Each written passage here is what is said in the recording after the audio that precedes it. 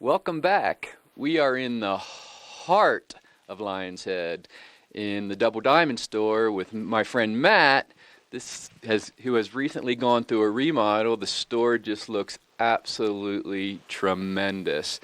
We just came inside, but the snow was blowing over at the gondola, so it looks like they're getting really close to opening up here as well.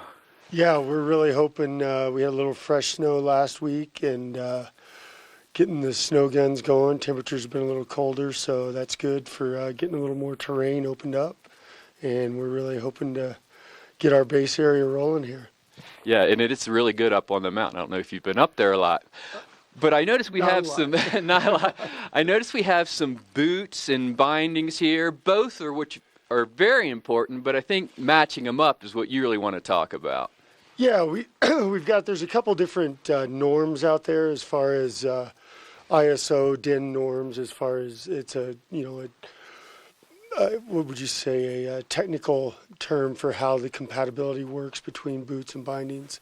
And basically, we'll start with just a standard alpine sole, which most people are used to, has kind of been the standard. It's the standard 5.355, just a basic toe and heel. And what that refers to is the thickness of the toe and heel and how that integrates into certain bindings.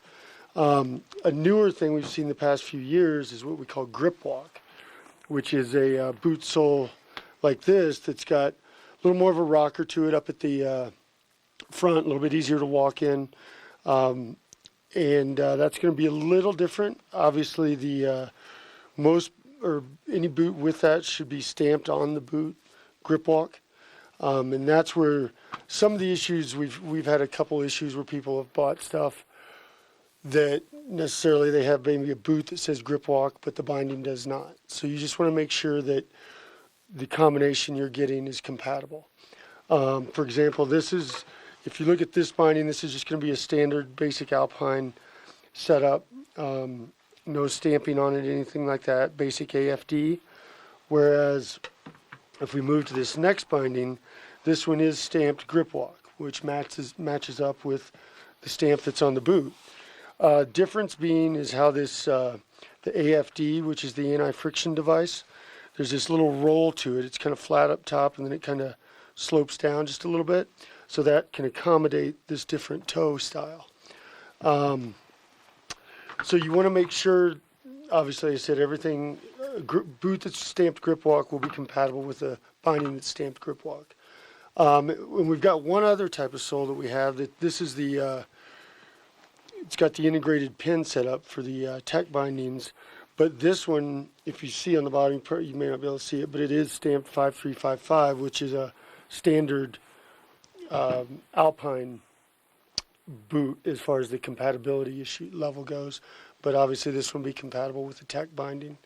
And we have this other binding here that's going to be, this one's stamped alpine and touring, which this one has an adjustable AFD, so it'll fit multiple different boots. But it's just one of those things, there's several, it can get a little confusing, but if you've got the right salesperson helping you out, they can kind of guide you into the right direction. The biggest problem we see is with people that have bought some stuff online that may or may not match up, so always talk to your professional.